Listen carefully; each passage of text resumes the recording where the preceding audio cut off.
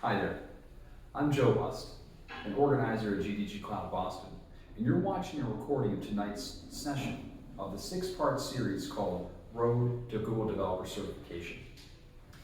We've added a lot of assets down below in the links to help you follow along at home if you weren't able to make today's session. That includes a link to the course syllabus that will let you see all of the labs that we're working through week to week, as well as the lab that was completed this week during the session.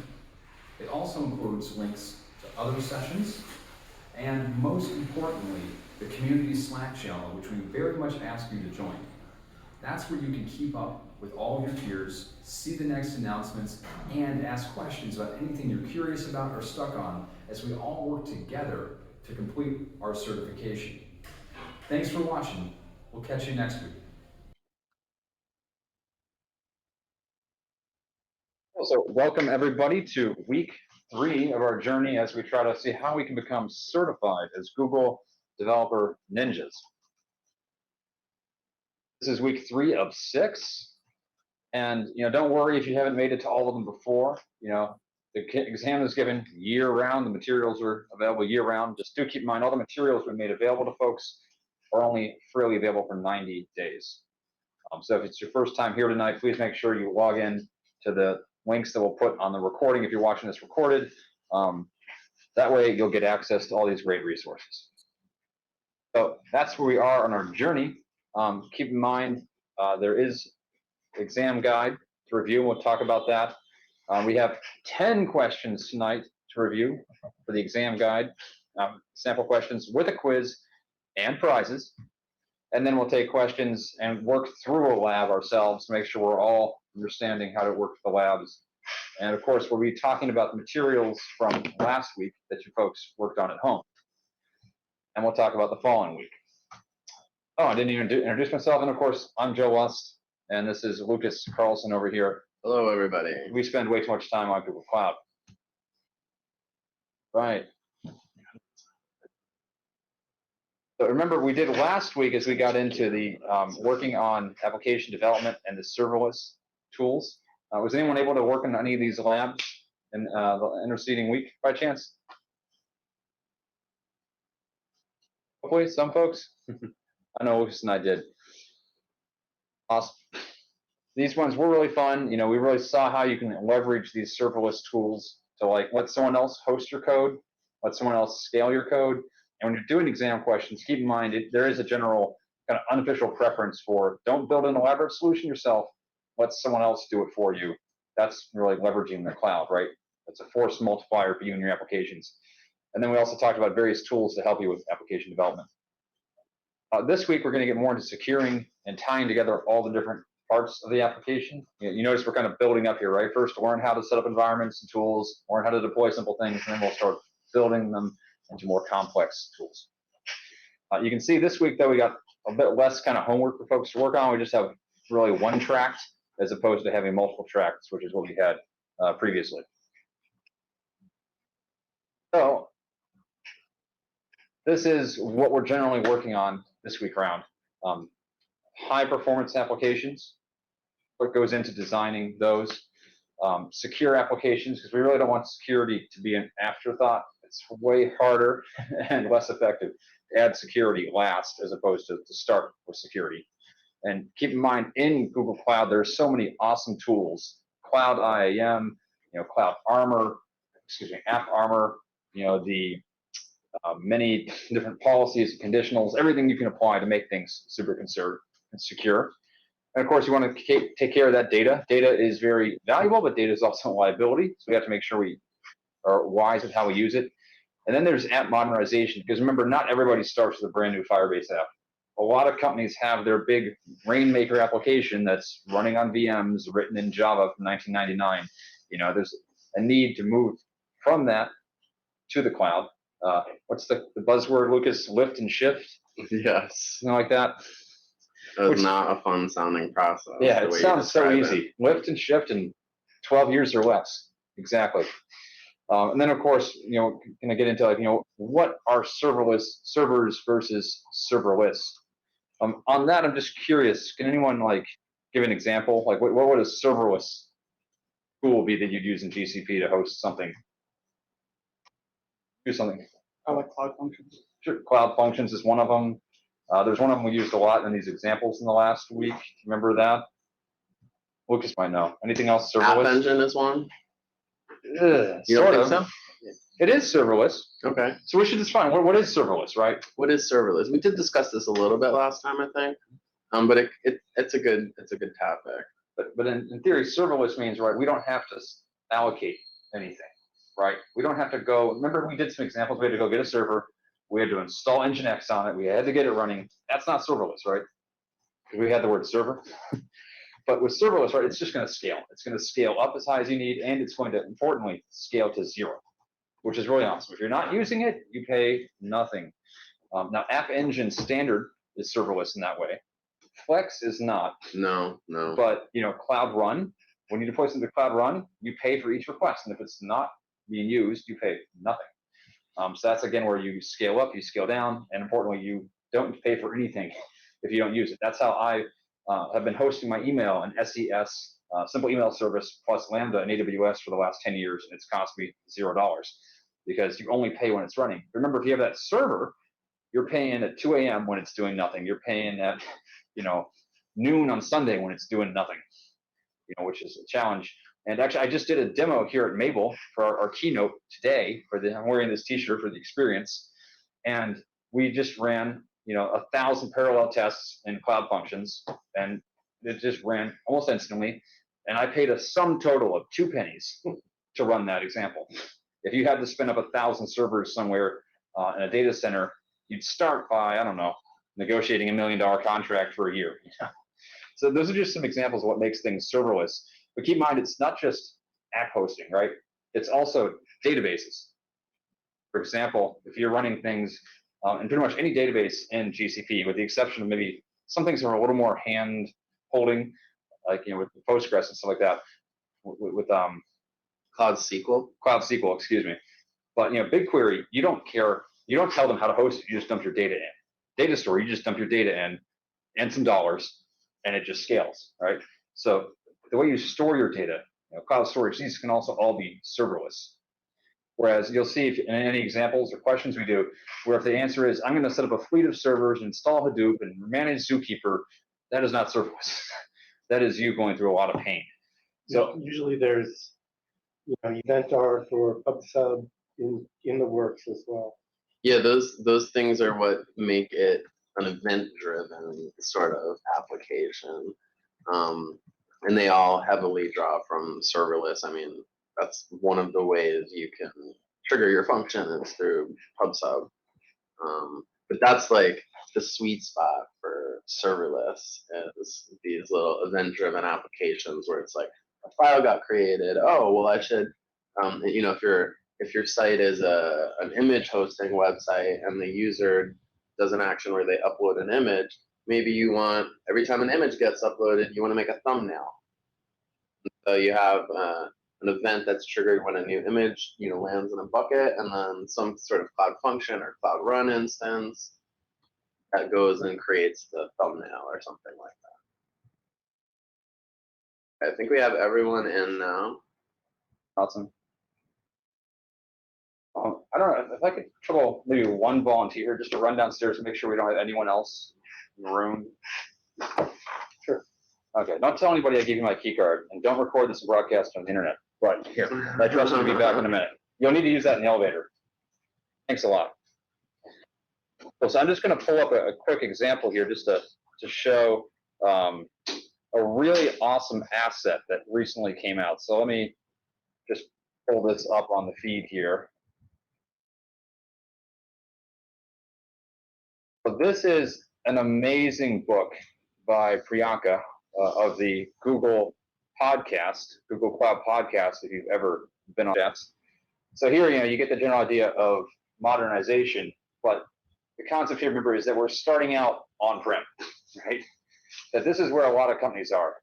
The last time I heard it, something like Gartner was saying, of all the stuff that's moved to the cloud, it only makes up like 10 or 15% of what's actually being spent on IT today. So, folks like us are going to be building apps as professional cloud developers. One of the ways we're going to get employed doing that, thanks a lot, is moving existing stuff to the cloud.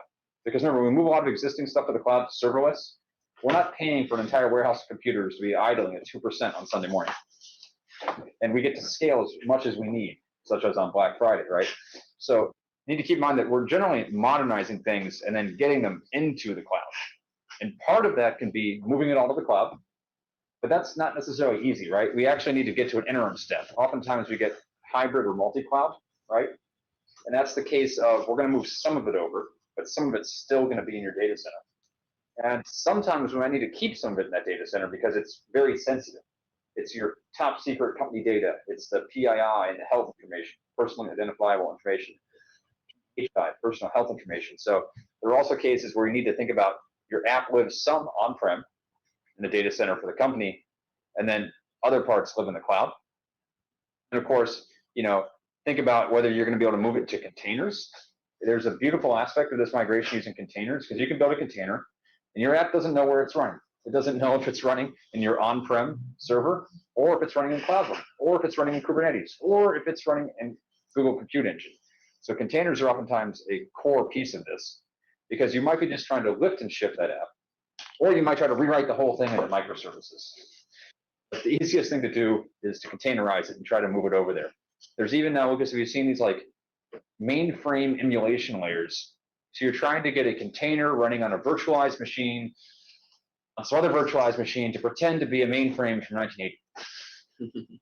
That might sound silly, but that's one way to just try to modernize an application. I'm sure there are still people looking for TRS-80s. But up in,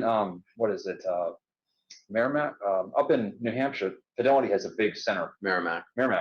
And you can graduate college today, and they'll say you are going to be the world's best mainframe programmer. You are going to love Fortran. That is still a career path today. Seems false though. But you should come to this meetup instead and just learn how to do things in a modern way. Of course, when we're going into the app modernization, remember again, some of the stuff's going to be coming on-prem, some is going to be new cloud-native services, and you need to think about other aspects like how are you going to monitor that in the cloud, and then data modernization, where you're going to store all your data now. It's not just the app. In many ways, the app is the easiest thing. It's that statefulness, the data. We need to think about where that's going to be stored. So those are just some core pieces there. And remember, there's just a ton of awesome stuff in this book here. These diagrams are just, if you could just know what all these diagrams mean, you would be ready for this exam. Priyanka did a really awesome job in here. Book is definitely worth, what is it? It's like $20 or something like that. It's really awesome. So I'll just jump back over here to the presentation, but those are just some examples of what that looks like. Highly recommend it. So let me try to get our Kahoot up and running. I'm just confirming over here that it is running, and we'll jump into our quiz for today. I think it is running. Let me come over here and put it up. So we had a lot of feedback before. You guys were very helpful, and you said a few things. You said that the questions we had here were hard to read, so the short questions are going to be completely in the Kahoot on your screen, okay? The longer ones, because Google loves to write these paragraph-long questions, there's a screenshot in the middle, and you can just read the screenshot, the options, and then click your answer, okay? So I'm going to let folks go to this. This is our game pen. I didn't make it up. It does start with 1, 2, 3. All right, we've got skeleton GCP dev, it looks like, is in here.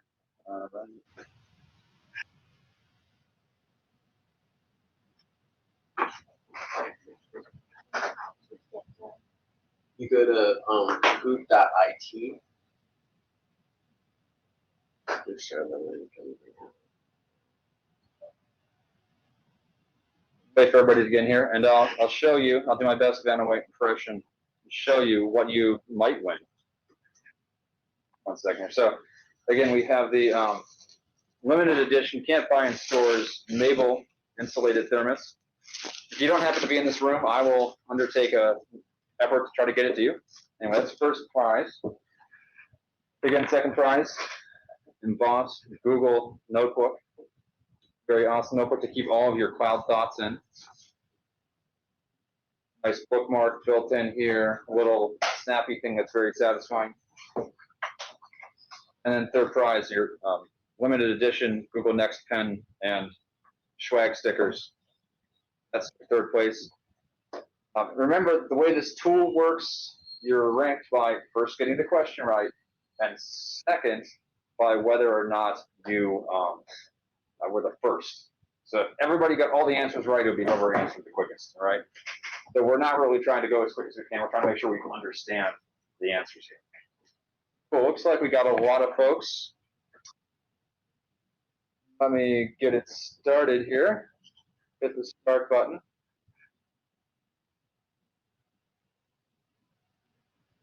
This is for session 3. Cool, here's the quiz. Question is to see the image. All right. Your website is deployed on Compute Engine. Your marketing team tells you that you need conversion rates between 3 different website designs. You are not able to make changes to your application code. What should you do? Sorry, the time is not very long.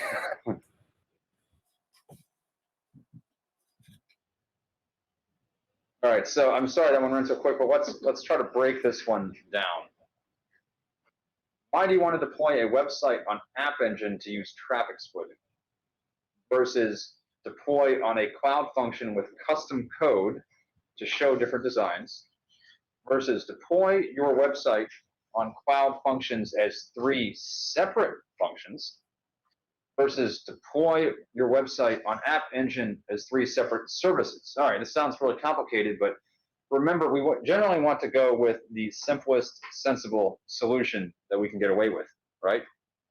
And we can tell that using App Engine here is the simplest of the solutions. Because you can maintain your own single code base. You're using just one tool now, right? If you have to manage 3 separate things, how are you going to get your monitoring and your alerting? There's more tools you have to set up, right? Now you're deploying stuff. It's like, okay, don't forget, you got to deploy all 3 of these things and do them right. You don't just forget that this thing's out here randomly. So this is something where the serverless tools are built in, right? You can deploy multiple versions. You can say this one gets 10% or this one gets 30%. And then, you've got Google Analytics or Segment, whatever your company uses, collecting information about who is going to what and what's getting the best conversion rates. What are your thoughts here, Lucas? Why wouldn't we want the other options? I mean, I think you're right. Like, all the other options involve more effort from the person solving the problem, writing different functions and deploying those as 3 separate things. Having multiple different websites, like all of this is generally more effort. And as you said, I mean, I think the way this would work is you would have multiple versions of your application deployed in a project, and then you would tell the traffic splitting to send certain users to this version and other users to this other version. It's all within the same app, within the same project, within the same console. It seems definitely like the simplest. But it's a little unfair question because in practice, you'll make a decision based on other things, whether you're going to use Cloud Functions or App Engine. Totally, and I think that's a great point. Like, these questions are presented in the context of this exam, and in the exam, the strategy is to choose like product that Google would market to you for this situation if that was all the information you have. Because that is all the information you have, is whatever's in the question. And so even if you look at 2 solutions and they're both technically sound approaches to the exact same problem, if one of them is clearly like the googly way to do it, like how they would tell you if you ask them, then that's what they want you to pick. They're trying to say, like, on Google Cloud, what's the best way to do A? And if you say, build my own thing from the ground up, when actually there's like a console option to do exactly that thing, that's the wrong answer. The right answer is to know that the console has that option and to use the built-in feature. There's 2 other watchwords I'd note here was use random custom code to make it all work. Use what's already built and tested from Google rather than that. And then this is 3 separate cloud functions. So now you may need to make a new function and deploy that for every single thing instead of like deploying one logical entity. Now, remember, we have our 2021 hats on here, right? Because that's what the exam's thinking of. But Cloud Functions through Gen 2 now supports code splitting. Traffic splitting. Yep. So it is possible now. It wasn't when this was written.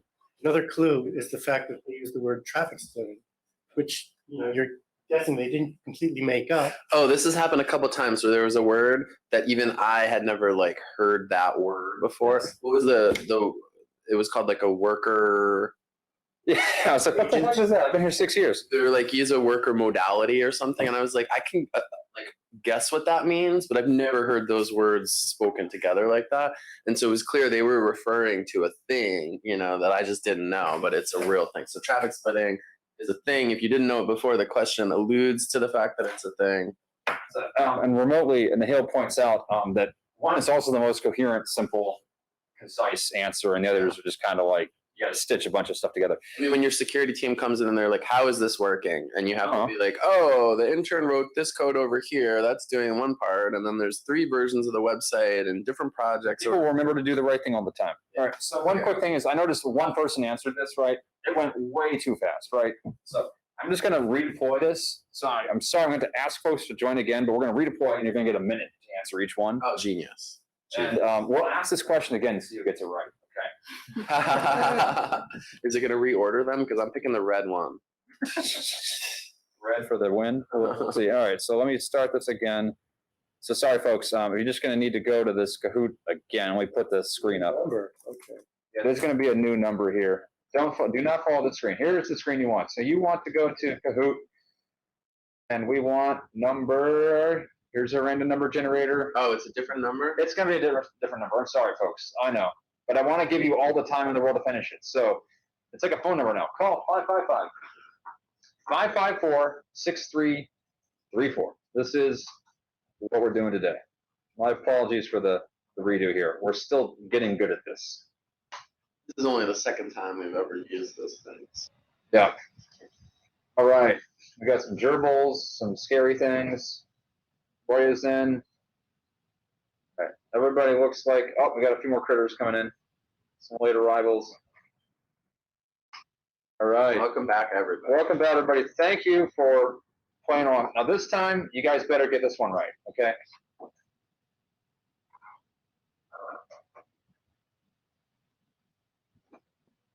So the question will be in the image. Imagine you want to deploy a compute engine. Huh? What would we do? Freebie for everybody. Anyone want to talk about something for 45 seconds? Anecdotes? Favorite sandwich? So this is interesting. Now that I'm having more time to think about it. Oh. I mean, if I'm an engineer and it's like the website runs on compute engine and they have this little problem they need to solve with how to split traffic, I don't know if people are going to be that psyched when I'm like, oh, let's just rebuild the whole thing as an app engine app, You're thinking too hard, friend. Right. This guy's too smart. The outcome is better with the app engine solution, so that's why it's the right answer. But just throwing a little wrench in there. Nothing is ever easy. All right. So let's see if anyone's going to get this one right this time. I got high hopes. Literally all of the answers to that question involve not using compute engine. So whatever. Wait, who wrote it on one? Who did that? All right. Let's see who got this one. Who was the fastest to hit that button? Ooh. Oh, Shiv. Go Shiv. I'm sure you were so close. All right. Yeah, very close. The quiz question, this one will be in the image as well. All right, so your application that is deployed in the App Engine standard environment, not Flex, standard, gets a lot of traffic. You are concerned that deploying changes to the app could affect all users negatively. You want to avoid full-scale load testing due to the cost concerns, but you still want to deploy new features as quickly as possible. Which approach should you take? Do we schedule weekly load tests against the production application? Do we ship? Before we ship it, should we deploy a new version and then test that? Use the local environment to perform load testing outside of Google? Or use App Engine traffic splitting to send some users a new feature first? Sounds very familiar, honestly. They say as quickly as possible. Yeah, and you got to ship it tomorrow or you're fired, all right? Let's go, go, go. What are you Like going some to of ship? the people at Twitter had to do over the weekend, as you might. Look, they got 6 more days. All right, so use App Engine traffic splitting. That smells familiar. Good idea, everybody here. So why wouldn't we want to, before shipping the new feature, ship it and make sure it works? Because we all know English. Yes, that's right. That doesn't make sense. Use the local dev environment to perform load testing outside of Google Cloud. It's not really a great test because it doesn't. Yeah. It's not running. Everything having to do with load is irrelevant. Yeah. But there is the standard model of performance comparison, which is one MacBook Pro, right? You see that too often. This is how much my MacBook Pro does. It's like, cool, but that's Works not on my where machine. anything lives. And of course, schedule weekly load testing against the production app. I just hope you don't break prod, right? That doesn't seem like a great idea. I mean, a lot of what is taught in, and I mentioned this in the earlier session last week.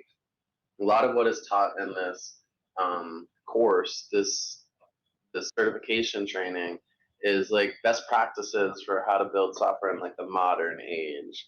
And so yeah, like, you know, definitely having someone go, you know, put a computer in the closet and run the thing on there to see if it works is clearly not like the modern way, but having something that involves like your code gets committed, there's some kind of automated process that does something, whether it's a canary, we talked about canaries last week, smoke test, unit test, load test, like all of that ideally would be part of some automated flow. So it's not like an out of band thing that you're doing. And so in these questions, if you can find the one that looks like it's using some of those best practice approaches, that's very helpful. And keep in mind, this is actually what most of the big companies do. This is what Facebook does. This is what they all do, where it's what Google does. They're going to deploy this splitting, and it's going to be like 0.5% or 1% of people. You're going to monitor errors. If you see a bunch of errors, automatic rollback for the last version. And you also might notice that Google Cloud always has outages on Thursdays. Why is that, Lucas? I think maybe that's when they do a lot of their rollouts. Yes, so I believe it's Monday or Tuesday they start cutting over. It's like a couple percent, then like 10%, then 25% or something like that on Wednesday. I don't know the exact numbers. And then on Thursday, they pull the big lever in the sky. And if it's going to crash, it crashes, okay? Ideally, they catch these issues early in the week with the smaller percentages of customers in the rollout. But then when everything goes out, if you missed it, then maybe that's when you're going to have issues. But point being, any big company doesn't make this big bang deployment and give everybody the brand new stuff. They push it out a little bit at a time and they roll it back if they see. And this is exactly why you might log into Gmail or Facebook today, and like a button that you're really used to being in a certain place is like in a different place, or it has a different color than you're used to, and you ask your friend like, did your Facebook just change? Like, is this over here now? And no, it's not for me, it's just you. And then like you check back the next day and it's back to how it was. You're not going crazy. What was that?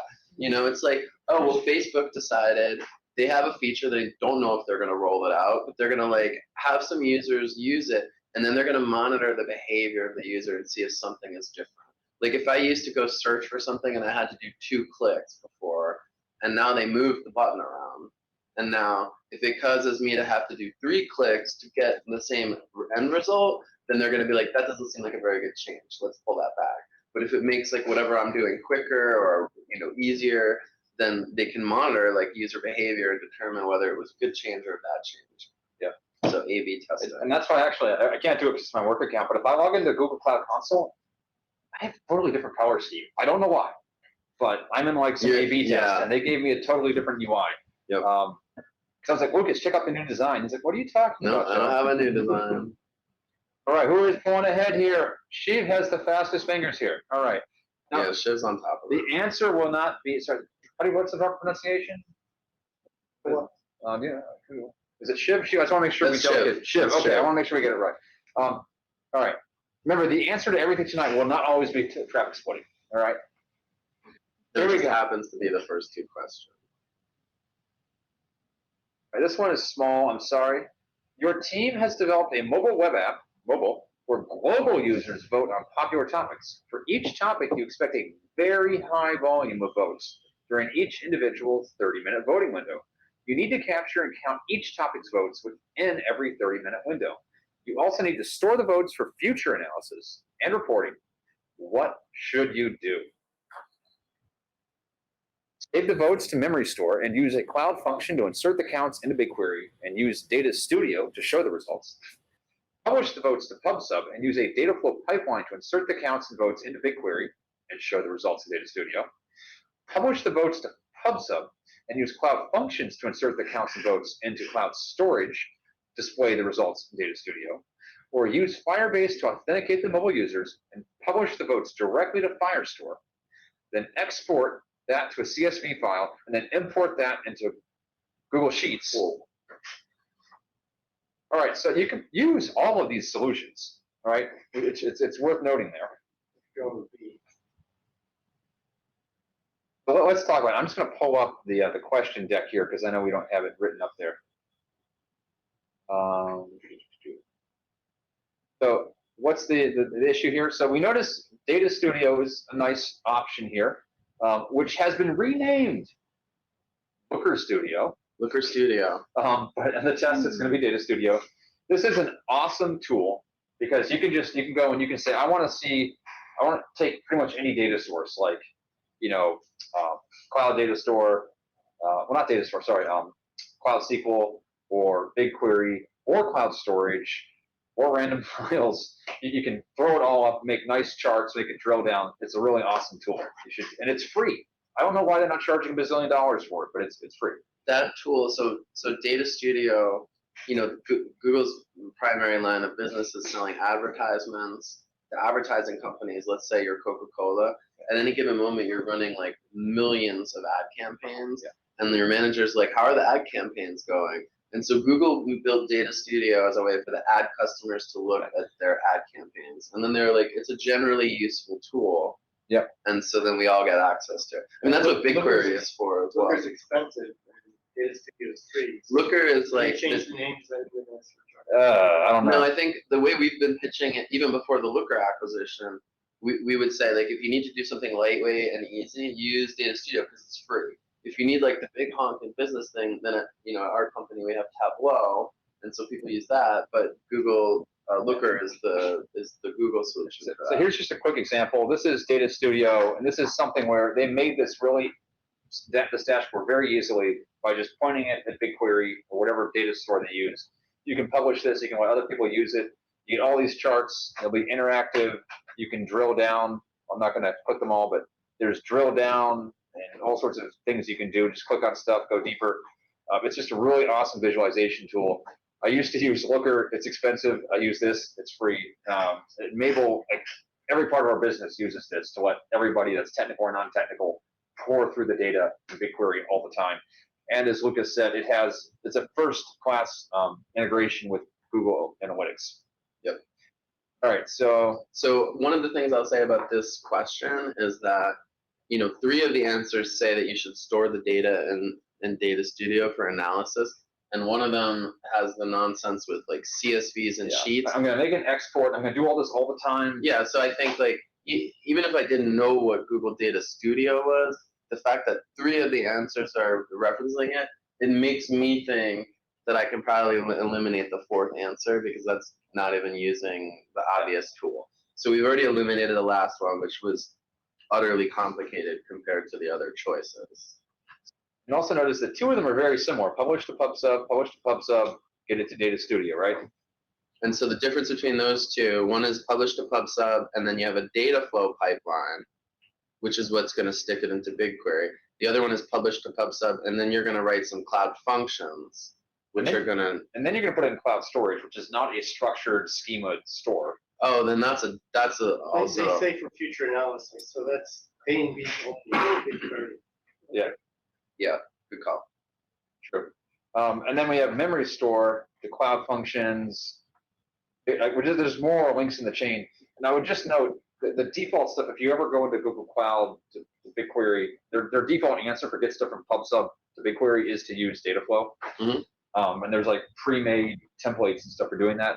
Now, putting on our 2022 next tests, we'll know that you can now go straight from PubSub to BigQuery.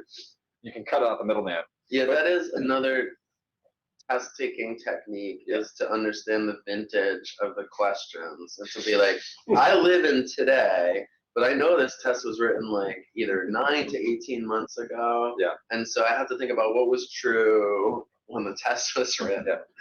Unfortunately. And keep in mind, this is saying we have high volumes as well. right? So you can only make a memory store so big, but PubSub is basically limitless. Dataflow will keep scaling for you. In BigQuery, you could put petabytes of data in. But So your that sheets are not going to be able to handle sheets all that and data. CSV files ain't going to handle that. And I hope your cloud function was written in a scalable way. We have a remote question here from Marissa Let's do it. about memory store. Memory store is managed Redis. Oh yes, memory store. So sometimes your application needs a really fast access to cache. Yeah. And so I use Redis in a bunch of my applications. I might have like tens of thousands of records in Firestore, and maybe Firestore is the source of truth for those records. But like maybe there's an application that every time it loads, it needs to like get a list of all 10,000 of those, and querying Firestore to get all 10,000 records is not as fast as just querying a memory cache to get them. Yeah. So you can have this very, very fast memory cache in a little multi-node memory store cluster within your project, but it lacks that really serverless kind of feel to it, because there's real instances that are running it, and like when they do maintenance on it, Or it crashes or something. and it reboots, like it's a memory database, so when it boots up, it does not have any data in it. So your application, if it wasn't written in a way that it knows what to do when there's nothing in the cache, then it would have an outage. But yeah, memory store, they offer both Redis. What's the other one called? Memcached. Memcached, yeah. Memcached. But I think Redis is really the of today technology, and Memcached is like the of the old years of App Engine technology. So to summarize, B is a great way to build a continuous data pipeline that's just going to keep data running through endlessly. It's going to scale up, it's going to scale down, and it's going to be in BigQuery, which gives you a long-term archival store. The buzzword in IT for this would be a data lake. You can just dump pretty much as much data as you want there, and it's really cheap to keep it there. It's 1 penny a gig. It's cheaper to keep it there than to keep it in cloud storage. I wish I could keep track of all of the water references. Like you have a bucket, right? That's clearly Lake something. House. Don't forget Lake House. Oh no. They have a new product for data lakes called Lake House. Because that's a warehouse, but it's a Yes. lake. Yeah. Okay. All right, so we'll hop back into the quiz here. All right, Sheep's still up there. All right, let's keep this party rolling. All right, this one's going to be an image of the question. Your application is deployed on Cloud Run and it receives a lot of traffic. You are concerned that deploying changes to the app could affect all users negatively. You want to avoid full-scale load testing due to costs, but you still want to deploy new features. All right, this one's very duplicative. I feel like we've seen this before, basically. But what's very different about this is not on Compute Engine. This is on Cloud Run. And I know it seems duplicative, but this is actually an official practice question. But there's a theme tonight that you might want to pick up on. All right, got 2 words. It ends in ing. Leave it to you guys in the next 18 seconds to pull this one through.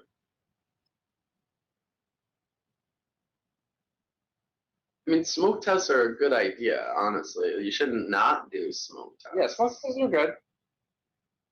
Honestly, if I was doing smoke tests, this is where cloud monitoring is really useful. Like if you just had something every minute that like makes sure that things are running right. Oh yeah, that's a smoke test. 'Cause I don't know if you've ever shipped something and it just falls over, and 3 days later someone's like, "Hey, it's not running," and you're like, "Oh gosh, how did I not know this?" Yeah, I mean The question though was specifically talking about users being infected, which Yes. is implying that your tests are not good. yeah, the smoke test is just like, did the thing boot up? It doesn't tell you if the app works. That is a great question. The Yep. user experience is one thing you want to think about, right? You'd be amazed how quickly a 500 error code or a 404 code can get returned. It's so fast, right? Yep. If you're monitoring some basic metrics, it's not going to tell you. So good point in the user experience. All right, a lot of folks got this one. Excellent, everybody. It was really Dang. kicking butt tonight. Flying. All right, folks, you got to hit that button faster. We got to catch it. All right. I'm pretty sure this one is not a code traffic splitting. What is the command to deploy a Firebase app from the terminal? When you were doing the exercises last week, you will have run this command. Is it gcloud app Firebase deploy, eq deploy, gcloud run deploy, or Firebase deploy?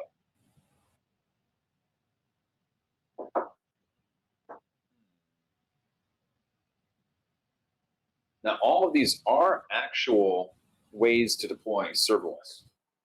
Keep that in mind. I don't think they're all. Is Firefly deployed? Is that a thing? I can't give you the answer yet. We have to Oh, awkwardly no, we wait have to 15 wait more all seconds. of the time. Okay.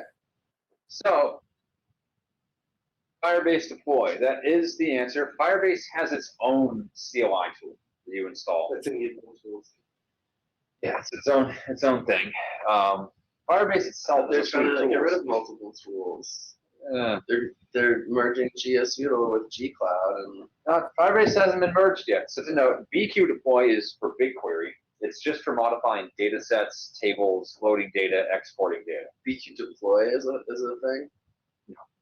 BQ is. Now, gcloud app is actually how you work with App Engine.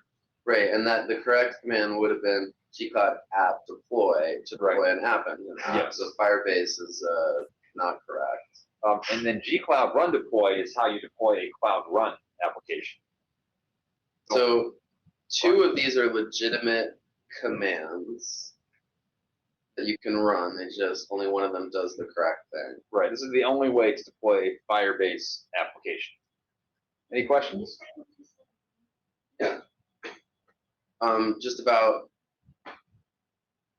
these functions, you mean?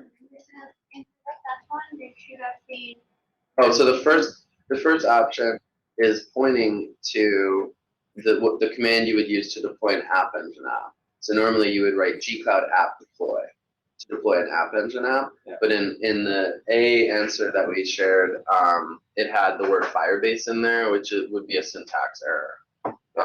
BQ is a command, but BQ deploy is not a command, so that would have given a syntax error.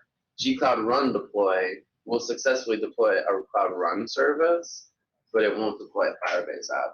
And so D is the correct answer. I literally have not deployed a Firebase app before, so I didn't know it had its own CLI until right now. But here you go. This is deploying Firebase projects. I believe we had some examples of that in some of the recent projects. Presumably you don't have to use admin tool, right? Because This is like if you were doing this in a CI/CD tool context. This is what you have to use. Yeah. can Terraform do it? I don't know if there's Terraform. There's certain support. things you know, like Terraform might create the database, but there's probably things you still need to do to interact with the service. Firebase is not as easily scripted as everything else in GCP. Acquisition. It's an external acquisition. Oh, Roya, whoa, Sweet. That's what I'm talking about. All right. Shiv, you got a little bit of competition over there. All right, let's see what's happening here. All right, we got more questions. All right, this one's going to be a picture of a question because it's so big. Your app is deployed on Cloud Run, receives a large amount of traffic. You are concerned that these are really good questions. I'm sorry. All right, so this one I'm going to skip because somehow I think we got a duplicate question in here. Oh yeah, let's skip duplicates. Sorry. It's cloud runs. Yeah, well, the most recent one was Cloud Run. Ooh, Siraj. All right, quick there. Okay, it's a active competition out here. Neck and neck, All as right. they say. Your application needs to store millions of orders in data store. These orders must be fetched quickly based on multiple dimensions, including time of order, customer ID, and order ID. What is true about reading these from data store? Can you easily write OR clauses, that is a where clause, to filter out the results you need? Or data store cannot handle searching through millions of records. Or you will need to create compound indexes for complex queries to work. Or data store can only return 10 rows of data at a time. Which of these is true about data store, querying data store? If D is true, I feel like that product would have been struggling a lot more to get traction. You're not helping go with this. That's a choice of desperation. We have a very reliable database, but All right, store time. folks said C. All right, See. I'm just going to jump back over to our question deck to step through it. All right, your application that is deployed on Cloud Run. For the question. Okay. So A, you can easily write or clauses to filter out the results you need. This is a very nuanced and annoying thing about data store. You can't write complex like this or that with this and this. Like, you can write really elaborate predicates in most databases. Now, you'll see where clauses that are 10 feet long, right? But with data store, it's very limited. Logical conjunction, things like that don't work as well. You have to be very specific about what you query and don't query. Now, there is more support now coming in data store in Firestore mode. Classically, there was a lot of limits. If you needed to do complex searches, you would want to use something different, like Spanner or Elasticsearch. B, data store cannot handle searching through millions of records. Well, this is why you have data store. I use data store. We have billions of rows in a table, and it just scales for us. So that's not true. Just like D isn't true, because if I could only get 10 records, that would be very unpleasant. You know, I couldn't work with big data. But C, you will need to create compound indexes for complex queries to work. What that means is when you deploy data to data store, it builds an automatic default index on the ID. So if I wanted to get things by order ID, which is a requirement, I could do that easily. If I say, get me ID 10, it gets me ID 10. But if you wanted to see, say, ID 10 and it was from last week, then I need an index that has ID plus time.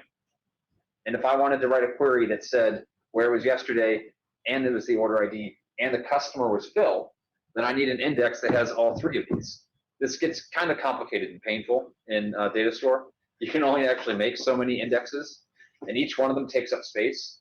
Like for Mabel, like 90% of the space in our data store database is all the indexes you have to make.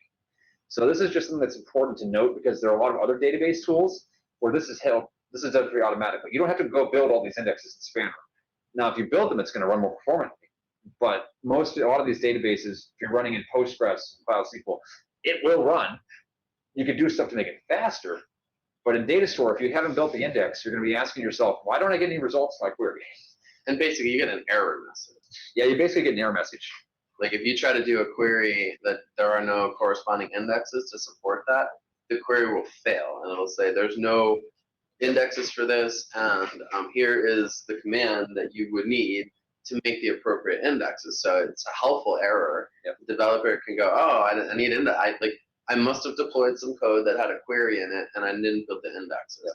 So I want to drill down on this just a little bit. Sure. So as Joe said, this is a little bit more burdensome, I guess, for the developers than your typical database, because like, oh, everything was working, and now I decided I wanted to order by date, you know, and you have the query that you just ran, and now you want to order it by date, and you can't do it until you build the index, and it seems like, you know, it seems like a frustrating thing.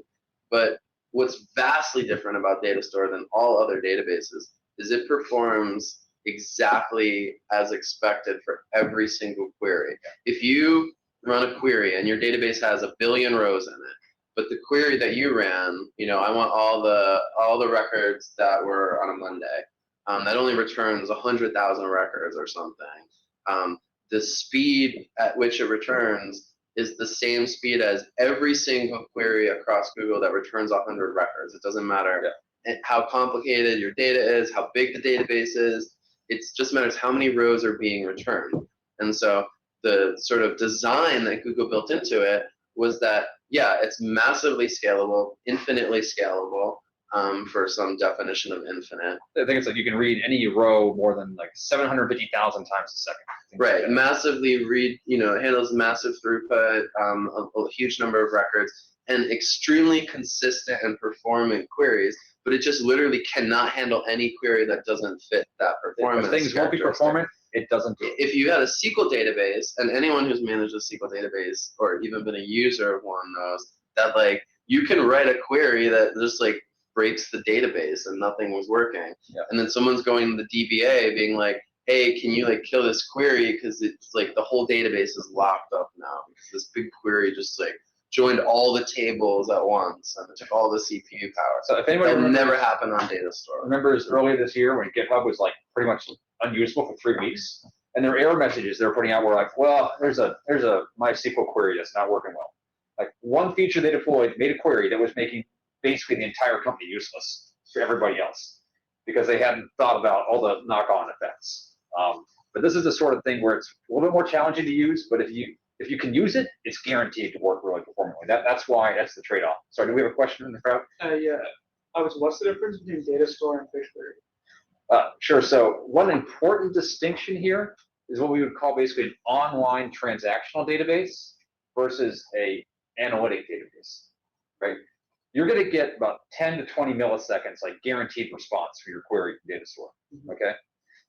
BigQuery might take 10 seconds. It might take a minute, but you might be querying a petabyte of data. So when I write a query that's going against like 100 billion rows of data, the answer comes back in like 30 seconds. But that's too slow to drive a UI. Okay. And the queries are a lot more expensive. Like I run queries where like I need to do something against all our audit logs for the last 6 years. And I know that running this query is going to cost me like $50, right? That's the sort of thing you do against an analytic database. Okay. You know, somebody in your company might run a report each day. So it's the sort of thing you might run on a schedule or run periodically. But data store is meant to be doing like high velocity, you know, in your critical path queries, feeding your user experience, being low latency. That's the difference. Are there advantages to using data store over Firestore if you're not already using it? So we have a question on the chat. I'll get to that in just one second, Marissa, but I'm sorry. Can you repeat your question here? I said, is there a reason to use data store over Firestore if you're not already using it? I would say use Firestore if you're not already using it. There were some limitations in Firestore, like you couldn't do as much write throughput as you could with data store. Though 2 weeks ago they got rid of that limitation. It used to be you could only do 10,000 writes per second in Firestore. But basically, since they're migrating all of data store to Firestore, and Firestore is really Spanner, they're converging.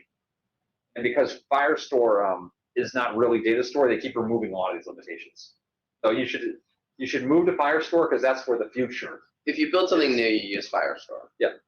But I'm just saying that there used to be some restrictions for Firestore wasn't as good as data store, but that's where a lot of the investment is happening right now. So if you're working there, it's going to keep getting better and more performant. So I just want to get back to the questions remotely here. Marissa asks, do adding indexes on data store instances decrease the performance?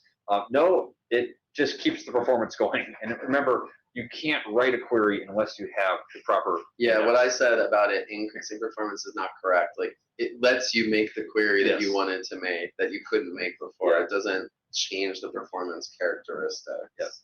And this is kind of a design ethos of Google Cloud. Like they're very opinionated. An opinionated tool means they say this is the one true way of doing things. But then you basically have assurance if you do it the one true way, it's going to work really well.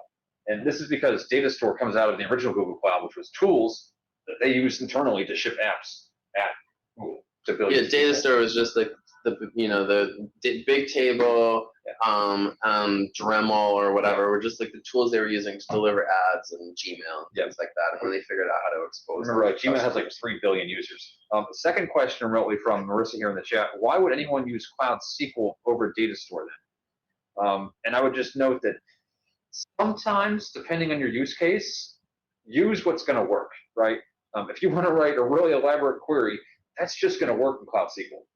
And by this, I mean to say we can design to have 3 billion users, but like let's say the company I work for, Mabel, if we have 1 million users, I've left, I'm on a private island somewhere, I'm having a great life. You know, a lot of business-to-business apps can do well with 10,000 users or something like that. Some things could work really well in SQL, like Cloud SQL, and you could have faster development cycles, right? You don't have to go make new indexes here and then go push data to some other place to run your analytic queries and keep all of these in sync. Just keep in mind that some tools might help you get time to market faster, and that's really going to decide, you know, how much opportunity you're able to get as a business. So I would keep in mind, you know, the time to market, because I've worked at places before where we use both. Like we put our big data in a big data store of some kind, in that case S3, and we kept everything else in Postgres. And so, you know, that way we could keep our development going quickly. So it really depends on what you're trying to do, but there are pluses to being something like SQL that doesn't scale as much, but it might let you write code and ship things faster. I mean, I think, you know, I think we mentioned at the beginning, there's like a swath of options on these products, and it's really hard to be like, okay, from these 10 database products, which one do I need for this specific application? there's a lot of factors. I mean, the reason there's so many options is because there was like a situation and someone was like, oh, the 9 available database products like don't exactly meet our need, and so there had to be another one to fill that gap. And so the choices are out there because there are situations where one or the other is better for a particular thing. The way I think about, at least, let's put them in, let's say, 3 categories right now. You have BigQuery, which we talked about a little bit. That's the massively scalable, multi-petabyte data warehouse where, as Joe pointed out, you could query millions of rows and get your answer back in just a few seconds. But you could also query like 2 rows and get it back in a few seconds. And that's not the kind of thing that your users are going to deal with when they're like clicking on pages in your website. They want it to be like instantaneous. Now, if we then have the other 2 buckets being Cloud SQL and something like Firestore or Data Store, which I'm going to call those like the same thing for the most part, those are very distinctly different as well. Cloud SQL is a traditional relational database, SQL database. It conforms to all of the normal SQL characteristics. So apps you wrote on other SQL systems are going to work in that database infrastructure. Like you might download an app off the internet and it uses MySQL or Postgres. You can't like hack, Firestore into being that. And then Firestore and Data Store are NoSQL databases, and in a way, they're the opposite. So these are those examples, right? Yeah. You like the relational versus the non-relational, things for high velocity versus non-high velocity data.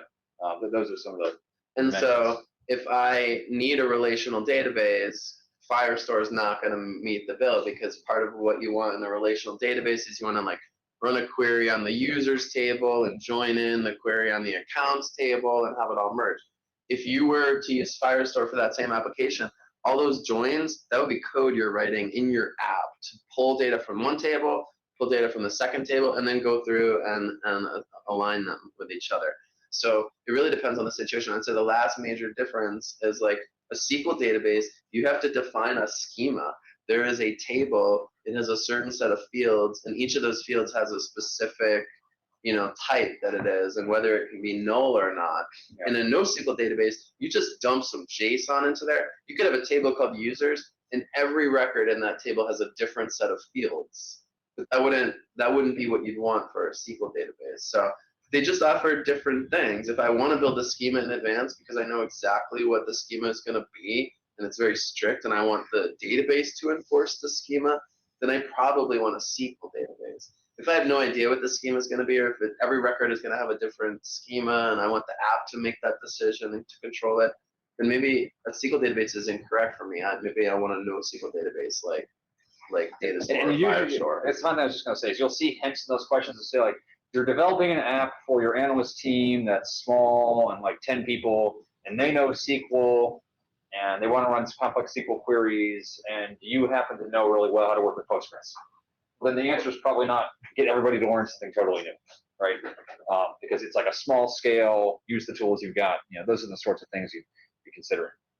All right, let's get back to questions. We haven't had a question in a bit. Let's see who is still on the board. Oh, very nice. I like how there's a mix-up. Like Shiv had the lead for quite a while. Yeah, but Saba is just and other barely. people were like, I'm going to get my button pressing practice going, and then Shiv has now some solid competition. Everybody ready? Okay, let's do this. Let's do this. Next question. Here we go. Which of the following cloud storage operations are strongly consistent? Oh, got a lot of time here to think about this one. To know it, not know it, look it up, whatever you need to do.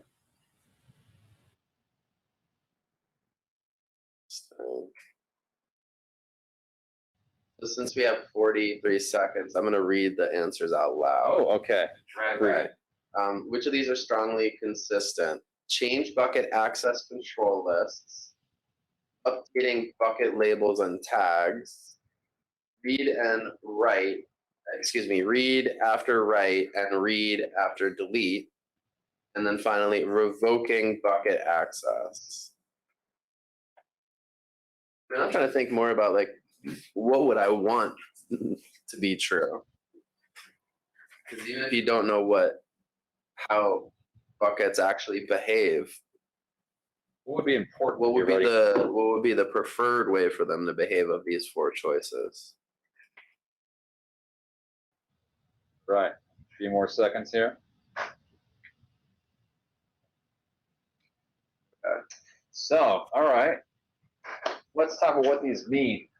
If you change a bucket's access control list, that means I say Shiv can access it now. Trouble there is that stuff, that sort of information is cached in Google Cloud, right? Because maybe you're reading from a bucket millions of times a second, so they don't go to their truth store of who has access to this all the time. And why is this important? It's just if you're developing stuff, you might go and say, hey, give Shiv access. And Shiv says, I can't get in. You're like, try again. I can't get in. Try again. And then like a minute later, he's like, oh, I can get in. This stuff is not eventually consistent. And sorry, we didn't even explain what that word means. Strongly consistent means you hit go on G-Cloud or whatever tool you're using, and the second it comes back, it's guaranteed that anywhere on Earth, if you run the next command, you will get the expected result.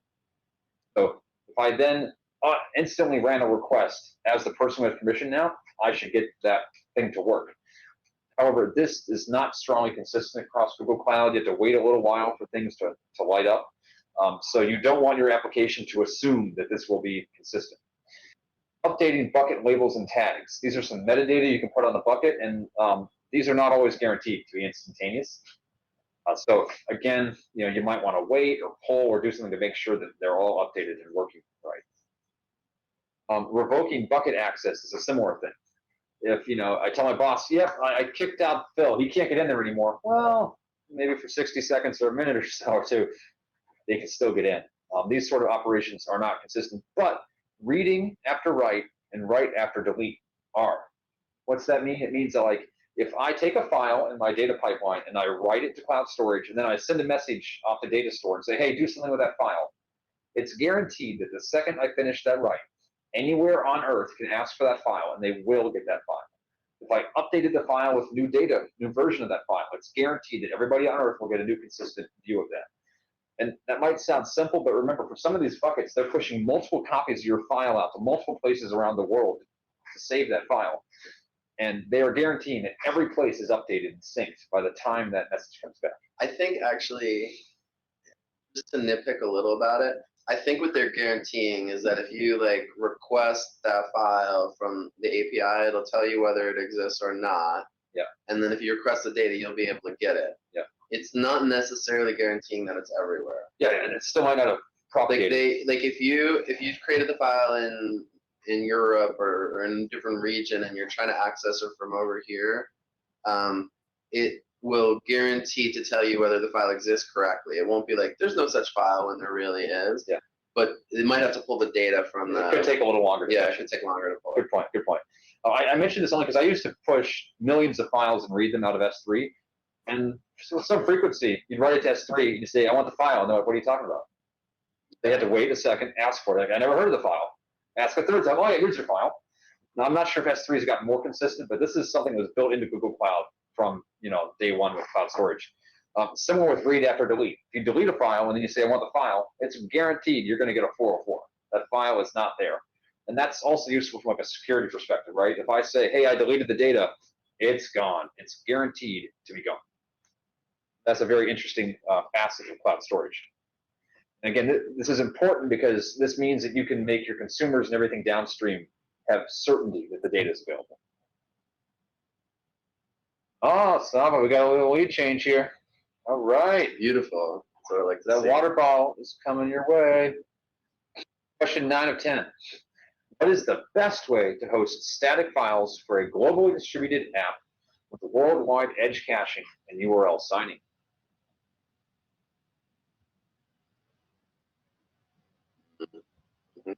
That's a humdinger. All right, so is it to host an Nginx server on a dedicated virtual machine in cloud compute engine? Is it a regional cloud storage bucket? Is it Firebase hosting? Or is it using cloud storage in combination with cloud CDN? More on this in a minute.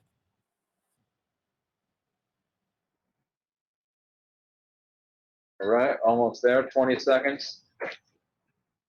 Finish noodling on this one. Here's a good practice question because it teaches you again how to think about these questions. All right, let's count it down. Cool. So the right answer is to use cloud storage in combination with Cloud CDN. So Cloud CDN is a CDN, as you might have guessed. If you don't know this acronym, anyone know what this means? Cloud Content delivery Well, network. of course you know, Lucas. You don't get out much. All right. So a content delivery network, there's a big company over in Cambridge called Akamai. I don't know if you've ever heard of that, but if you're watching like video of the Olympics or something live, it's them, right? There isn't a server in Beijing for the Beijing Olympics sending the data all the way to your house. There's an edge node probably 10 miles away managed by Akamai that's sending the video to your house. An edge node is a computer, or what we call point of presence sometimes, that is sitting close to you. They'll be all over the world. And I think Cloud CDN has like 250 or 350. They're adding them all the time. But it means that your data isn't served from one place, like Iowa. It's served from like 350 places around the globe so that people get the data as quickly as they can. And if someone in Sao Paulo has already requested the data, then it's cached and served from there. So it doesn't have to come from North America. It comes from something in that city and is served almost instantly. Also, what other choices we have? A regional cloud storage bucket. Well, regional is not global, right? That's why this one's not the right answer. Firebase hosting. Now, Firebase hosting is useful. I believe some of the Firebase example problems have you deploy to Firebase hosting. But one of the other asks here is URL signing. Anyone ever used URL signing by chance? All right, this gentleman in the green jacket has used it. Why do you want to use URL signing? What's that useful for? So you can share something with someone that's public Yes. on the CDN Right. without it being available. So nobody else can get it. No one who doesn't have it. Correct. And it can last for as long as you wish. True. I think there are some limitations. I don't know if it's a year or something. It's not forever, right? Not forever. So what happens is I want to push something out to a bucket, and I want only you to be able to get it, right? So I can sign it. There are APIs in Google to do this, and now only you with your magic URL with a signed key on it can get it. Maybe it can last for 10 seconds, or maybe it can last for 10 months. But you'll oftentimes see in an app you're using, like if you're getting a file download or something like that in Slack, if you go and peer behind the curtain, you'll see it's got like a signed S3 bucket URL. And this way, only you can get to that file in the bucket. So if you're ever using tools that have exports or downloads, go look at the URL they're using. If you can take that, paste it in an incognito tab and still get it, they should, pay you a security value. But that's why we use signed URLs, so we can make sure only certain people can use that. That's built into Cloud CDN, but that's not a feature in Firebase hosting. When you put something in Firebase hosting, everybody in the world gets it. The other clue of Firebase hosting is that they say static files, Yes. and Firebase would be for something. Somewhat. Firebase hosting generally works with static files, but they do use, there is URL rewriting. There's more advanced rewrite rules available in there. If you want to host like a single page application, but it is worth noting, the Firebase hosting, you just push files to for the most part, as opposed to their functions or stuff like that. And then our final option is build a Rube Goldberg machine in Cloud's Google Compute Engine, and using hand-tuned virtual machines and Nginx. Yeah, the word artisanal is not in there, but it's implied. Yeah, there's little bubbles in it, and you can tell it was made by somebody by hand. All right, so let's jump on. See how And the reason I like that question is just because it covers like the basis of something that's clearly like way too complicated. It couldn't possibly be the answer. Yeah. There's something that's a little oddball, like out of the way. Yeah. There's like the best case scenario, and then there's the one that you have to be kind of clever and realize, oh, regional bucket. This is a global question. Even though a bucket is a fine solution, a regional bucket is not a fine solution. And that question covered all those bases. And I want to hit it. First, I have a question here about custom domain names. So if you use Cloud CDN, that can sit behind a load balancer, and you can get a custom domain name. Like maybe you don't want all your stuff to say storage.googleapis.com, right? That's the default domain name for stuff in cloud storage. So you can have acme.com or static.acme.com. You can put a vanity URL there, but you can also do that with Firebase hosting. Both of these can. But when we say cloud CDN, what we're referring to is not custom domain name, but a content delivery network. Yeah, I liked your example of a content delivery network because I was going to say under my breath, am I not allowed to answer that because I used to work at Akamai? And then you're like, oh, Akamai, for example. And I'm Sure. Yep. For example. All right. Here we go. Bringing it home. Who's going to take it? Last question. This is a close one. Which of the following is a way to improve BigQuery query performance and to reduce your query costs? So better performance, less moolah. Okay. Indexes. Do we Well, want talked to- about indexes. Do we want to create a suitable index for the query? Do we want to enable compression on your data? Do we want to select only the necessary time ranges and columns? Or do we want to use select star as an optimizing hint to the query planner? Whoa. There's a lot of good answers here, Lucas. All right, we got 26 seconds to figure out who gets all the swag. Oh, it all goes to one person. No, third. Now, hopefully you're all in the same room, so I don't have to share anything. That's preferable. Some of the competitors, the strong competitors, have been online. All right, so let's break this one down. I heard Lucas make some size there. So Lucas, is select star an optimization for BigQuery? I mean, I don't think that's any kind of optimization, but BigQuery does some pretty smart things. I would say that it wouldn't be impossible in my life that if you did select star in the future, that Google would be like, oh, I think you meant this, and it will do something like super intelligent for you. Mm-hmm. But no, in this case, select star is a big hammer No bueno. for whatever problem you have. And why don't you want to run select star from like a 10 terabyte table? Well, there's a big cost. The way BigQuery charges, which is different from all the other things we're talking about today, is you have all this data and you do a query, and the question is, how much of that data did Google have to look at in order to give you your query? So if you did select all, where first name is Lucas, and you had 1 million rows in there, then it would basically have to scan all the rows to find all the ones that have the name Lucas in them. And you just touched all the data, even though you were only looking for a certain portion of it. So now if you have a different situation, you have a database, it's a big giant database, but the database, let's say, is partitioned into daily dumps because it's all the logs from your website. And you say, show me all the logs from November that have the name Lucas in them. And instead of scanning the entire thing, it'll just look at those partitions from November that you asked for. So in BigQuery, the big risk is that you mistakenly scanned all the data when really you just needed a small portion of the data. That's where like your gotcha would be. And yeah, if you have a giant database where like every query you run is a little scary because you're like, oh, I got to make sure I got my time partitions right. That can be something. It can be a little bit of a. I know at the Bro we have some big databases. And sometimes people are like, okay, can you look at my query first? I just want to make sure this doesn't cost $5,000 to run this query or something. Because it can, right? That can happen. I'll just show a quick example here if this will load. So there's a neat thing in BigQuery, Stack Overflow. There are these public data sets. So this is the Stack Overflow posts. And we can see here that there are 31 million rows. Let me make this bigger. There are 31 million rows. And if I wanted to query this, I'm going to make a new query. What I want to show is, look at the top right here. It's going to tell me how much data we use, okay? So if I said select star, it's going to say 29.36 gigabytes. That's all the data in the table. Now, this isn't a very big table, but there are like petabyte tables. There are terabyte tables. It's $5 each terabyte. So if you run this against a 100 terabyte table, Google will say, thank you for your $500. I just ran this against 2,000 machines, and here's your query instantly. You pay for compute. You really don't pay much for storage, but you want to reduce the scan. So let's say I went and found a column over here in the schema. Let's say ID, right? So now if I said select ID, get up here,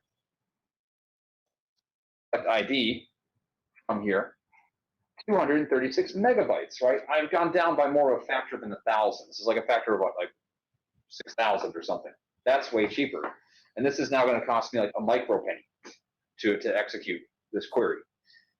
And you're still scanning all of the, well, not all of the rows, but it's now you've carved it by a column. You're only looking at one column of the data, so that saves data too. You can carve it in those different ways by like time slots, by columns, and so depending on how many columns you ask for, that's how many of the data blocks it has to look at in order to deliver the results. And I'm trying to see here. There's the wiki. For example, all of like Wikipedia is in here, things like that. There's an example. Oh yeah, I've done some fun things. These are all public data sets. But remember, Wikipedia if you run a query, you have to pay for it. I don't see an example in here, but what I wanted to show you is if you put a partition in here as well. So if we say where like created, let's say created date. This isn't going to be like a real thing, but let's say it's something like greater than or equal to. I'm in the wrong screen. Excuse me. Joe's just talking I to see you himself. typing, but I'm not seeing it on the screen. I think there's like a created date. So I'm just gonna make a wrong query here, like a query that doesn't really compile, but I'm trying to show if you had where created dates greater than like 2022, 01, 01, or something like that, or equal. I know that I need to do some type conversions, so this isn't gonna run, but the whole point is if it's a partition table, you can set the time, and it's partitioned by time, so now it's only gonna look at that time range as well. Try creation. Creation date. Yeah, I just don't know, and I might need to create my string into a. All right, here we go. Now this is not a partition table. That's what I was just looking for a second. But if it was, you'd see this drop to like 10 megabytes or something. So when you're running a BigQuery query, select the smallest number of partitions, like days or hours or whatever, and select the smallest number of columns, and you'll see like a factor of 1,000, a factor of 100,000 or whatever reduction in the data you get to scan. And on top of that, remember, the less you scan, the faster your query is going to run. So that's why the right answer here, click over here, is to select only the necessary time ranges and columns. Now, compress your data, well, you can't control that in BigQuery. BigQuery does compress your data. They do all sorts of crazy stuff with your data. That's why actually it gets cheaper after 90 days, because they moved all this data around and they figured out all the ways they can crunch it and squish it into a small little ball. But you can't control that. That's the magic of BigQuery. And finally, create a suitable index for your query. There are no indexes in BigQuery. That's a trick question because on any other database, and especially the one we were talking about a few minutes ago, that's totally the right thing to do. And they're trying to trick you into not realizing that, oh, BigQuery doesn't have indexes. That's the trick. Indexes are good. You just don't need to make them in BigQuery because there's some black magic going on, you know, Google craziness that makes it work. Correct. All right, so drum roll. Who is going home some swag? The podium in third place. Anshul. Great. Okay, that's one thing I don't have to mail. In second place, TN. Who is TN? All right, and the winner, free chicken dinner, Saba. All right, so who? Beautiful. Looking to make sure I've got who here. Oh yeah, can we map these names to actual human people? Okay, so Lovely Belkin, all right, is our winner. Thank you. Amazing. If you were on the podium, if you could please DM me, direct message me in Slack, and tell me where to send your stuff. Where should I send stuff? Yeah. All right. So here, your laptop needs stickers. There's no stickers on your laptop. There you go. And for TN and Saba, please just DM me in our Slack, and we will get you your swag. All right, so let's move on to lab time. This is where I'm going to hand off. Oh, good call. Lab now, huh? Yeah, Okay, let's do a lab, y'all. Lucas is going to speed run a lab. I think we'll see what we get to. What's our About a half hour. Yeah. So this is one of the awesome resources we just showed a few examples from. Visualizing Google Cloud. This is from Priyanka. She's just an amazing talent with Google Cloud, knows it inside and out. I suggest checking that out because you saw those big graphics. It gives you like, here are everything you could use for databases and which to use in which cases. Here's everything to use for compute and which ones to use. Here's everything serverless and which to use. Here's, data, pipelines, migrations, pretty much the best resource that Google Cloud's got, I think. We got a copy for, I got a copy for doing one of the Quick Labs competitions. They gave it to me. You guys check out some of those competitions. You can hopefully get some swag like that too. I'm gonna see if we can get this for folks too. I don't know if we can get like copies to send folks. All right, so Lucas, what URL should folks be going to tonight? That is a great question. Excellent I question. wanted to give folks a little, perhaps a chance to chime in. I don't have share screen capability right now. You don't? Let's do some magic. I think you did last time. All right, well, let me see if I can do some magic. All right, I'm just gonna jump through a few of the slides real quick, and then just a note for folks, this is our syllabus. It's linked in our Slack channel. It's also linked to the bottom of each video recording if you're watching this after the fact. And this is the stuff, again, that we're in week 3. We'll do this, and we'll talk about it in week 4. So the questions, the quizzes in week 4 will come from this. The discussions will come from this. Luckily, we've only got one thing to go through instead of 2 sets, but we're working on securing and integrating components of your application, right? We're starting to learn about all the pieces, the databases, storage layers, the serverless layers, and we're going to pull it together next week. So make sure you check out these examples, these labs. All right. And obviously, this is our Slack group. Don't forget that. This is where, if you were a winner today, let me know, and I'll try to figure out how to get some carrier pigeons to you. And don't forget to grab your badges as well to show everybody that you are a wicked cool Google developer. For anyone that's new here tonight, remember this shows up on your Google developer profile. You just go visit that link. All right, so running through those things, I think Lucas might have picked something out by now. I haven't shared it yet. Okay. I was going to actually walk through the course real quick. Okay. And then dig into one lab before we Let me go to my control panel. I am not sharing. Can Lucas share now? I can. All right. Amazing. I will share my entire screen, which is generally a risky thing to do. Yeah. But that's what's going to happen. So the course that we're looking at this week was the 3rd in the series. If you can see my screen, which is probably too small, it's this one here, securing and integrating components of your application. So I encourage you all to go through this. There's a section on handling authentication. There's a whole section on using PubSub to make your application either receive from or send to PubSub. There's an exciting lab in here about adding some intelligence to your app. So there's the example app that they have is like a quiz application, and you can, at the end of the quiz, you can ask the user, like, how did they like it? And they can rate it from 1 to 5, and then they can type in some text. And so this thing will take the text that they typed in, and it'll send it to the sentiment analysis to tell you if it was like positive or negative. And that was a pretty cool thing. I had never done that before. Some of the labs are just basically wiring up the same concept in a few different ways. Like one way you have PubSub that sends a message, another way there's a cloud function that's doing something or other. But what I found really great about all of the labs that have been part of this so far is it all kind of has been using the same code base. There's this this quiz application that you have to deal with, and at one point you add authentication to it, another point you add the AI to it, another point you add a spanner database to it, another point you put a Firestore database instead. And so it's the same like app. It's a familiar thing that I already like kind of know where to look around, but each lab is making me enhance some aspect of it, which is pretty great. And so I've been learning a lot.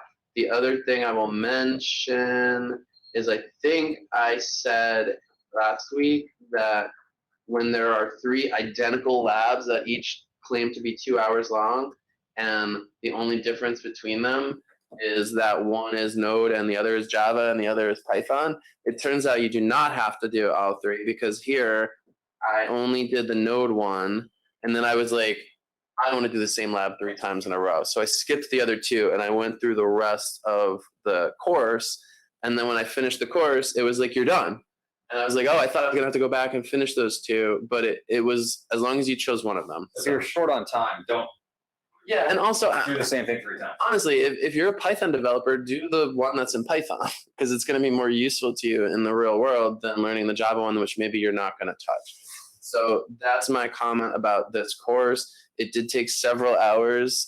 So if you want to go through this one, you're going to have to allocate a little chunk of time. And I think what we'll do real quick here is we'll try to go through the lab where we add authentication. And since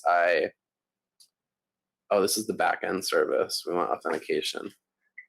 Adding user authentication to your app. This was another thing I had not done before. So this is pretty cool. Is Google recommending the use of endpoints?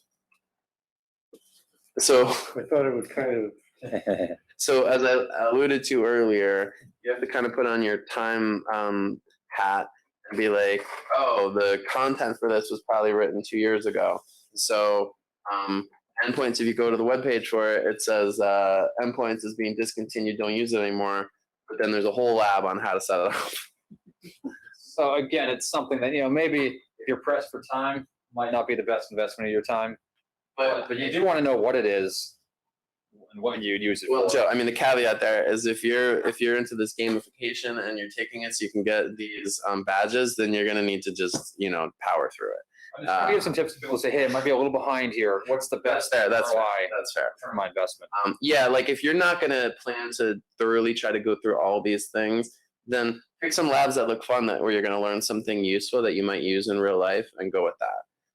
Highly recommended. And everybody needs authentication. Yeah, and That's important. there's a million ways to do authentication, and I had never used cloud identity to do it before, and it was like really easy. Usually when I'm authenticating users, I'm trying to authenticate a Google user. Sure. But like sometimes your app just needs to let people create their own password, and you need a way to do that. Firebase can do that. Exactly, but I haven't used that much. So if any of you have done labs before, and since you've seen some of us do labs, this is all going to be very familiar. I have an incognito window open on the right so that I don't get all the login information for this little temporary account into my normal browser, which I would find a little frustrating.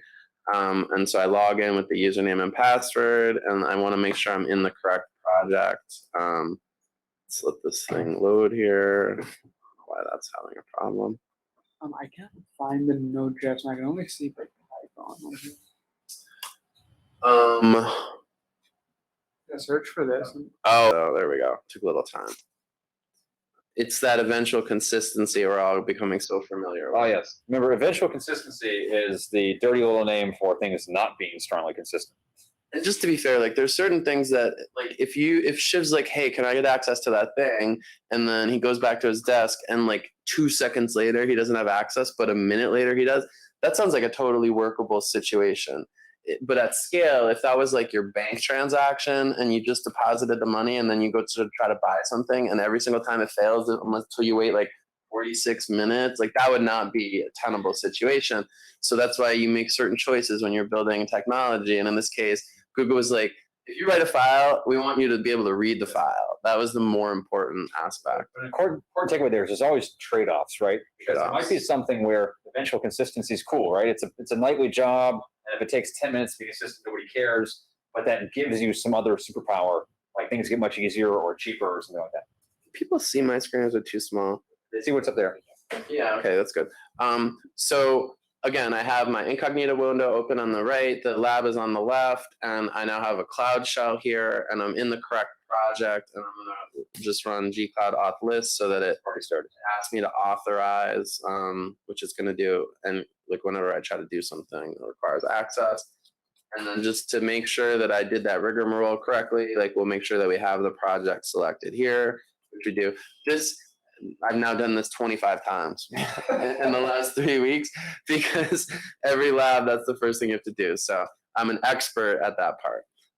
Here's the thing that I mentioned when we messed around last week, which is that in the video you watch, this takes 1 second. And in every real life experience that I've done, it takes 10 seconds at least. Could you maybe blow up the text just a little bit, just zoom in a tad? On the bottom here? Yeah, for folks following at home. Yeah. Is that the text you meant? What's up? I clicked the link and like it said we're denied access or something. Okay, here, let me see if I can find a better link. Oh, really? Here, I'll dig into that, Lucas. Sometimes they like put like session info in there. Oh, my bad. Okay. So the first step that we did that took a moment, that was cloning the repo that has this code base in it. Then this next step is we're going to link the Node.js Firebase part of this tree into our thing, because that's which repo we're looking at. Then we're going to go to the start directory in there. One little tidbit is in each of these labs, links that directory. There's a directory called start, which is the only one the lab tells you to do anything with. There's also a directory called end. So like start is what it looks like when you start the lab and when the code hasn't been written yet. And end is what it looks like when the code has been written yet. So that's just something to be mindful of. If you are struggling with like how a certain thing works, you could just go into the code and look at the actual solution. And So this is adding auth for Python. yes. I just wanted to note if we're ever doing this in the future. No, I'm doing adding auth for Node.js right now. Okay, one second. There is a share button on the top right, and that'll give you like a link that isn't session based. Beautiful. Okay, why did I get permission denied? What did I do wrong here? No. I've done this a million times. That's the first time that happened. Only Python is in their catalog. Only dig around. Yeah, I think you have to be in the course, and then all these are part of the course itself. So I'm not happy with this. It's like, And create a bucket. I can't create buckets in my own project. I think that this project is a little wonky personally. I'm just going to call an audible real quick because I don't want to struggle too much, and I'm going to stop and start this lab again. Luckily, since I have unlimited credits, that's not costing me any credits. Credit millionaire.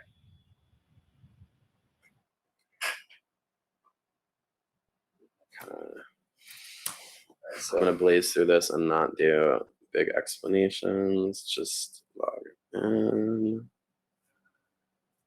Boom. The screen doesn't have the share link. No, because you have to be in this course. They're like hiding it intentionally from people who are not signed up for the course. I don't know why they are, but.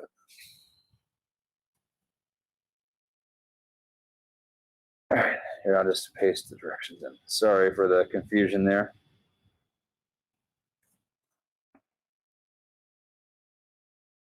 Okay, I'm just getting back in business here.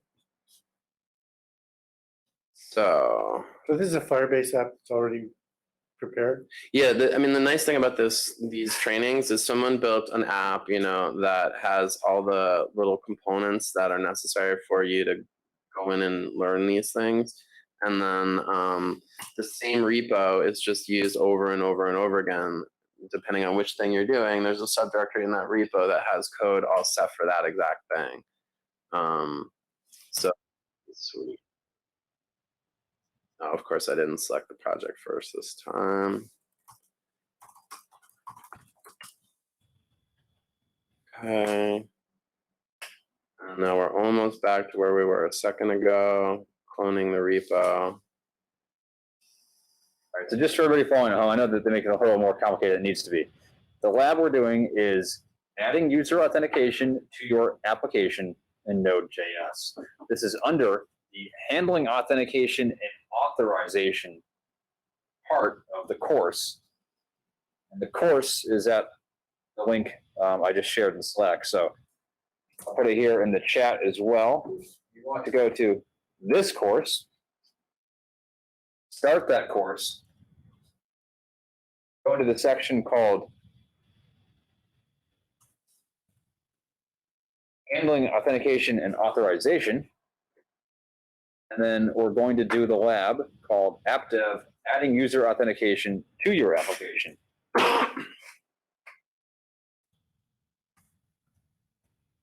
And I know this is more complex than it needs to be, but it's because we're trying to jump into the course that everybody's going to be doing on their free time in the next few days.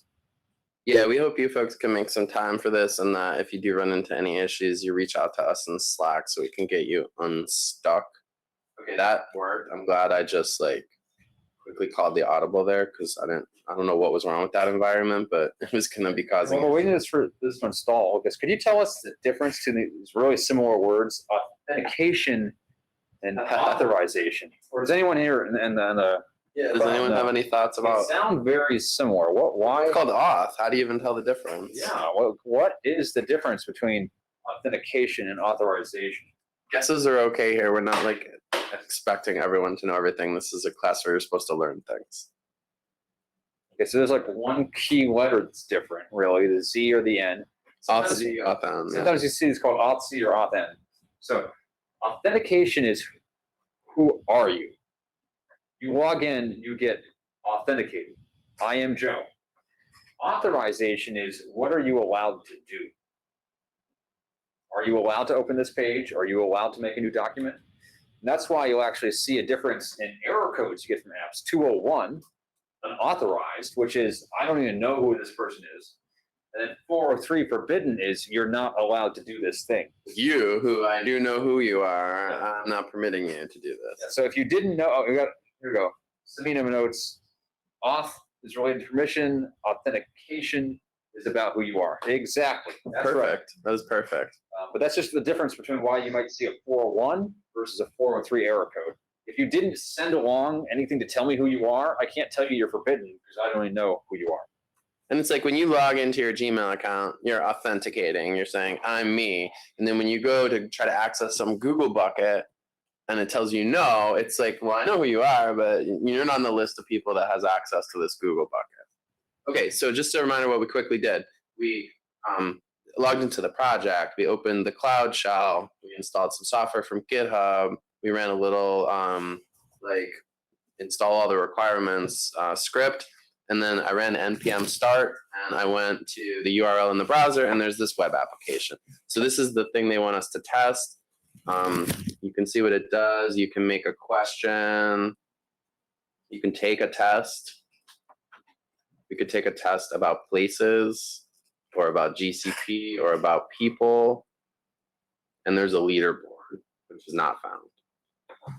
So that's all the features of the app currently. So now they want us to open the Cloud Shell editor so we can start looking at this code a little bit in the browser. So I have the editor open here and we're going to go into the Firebase start directory.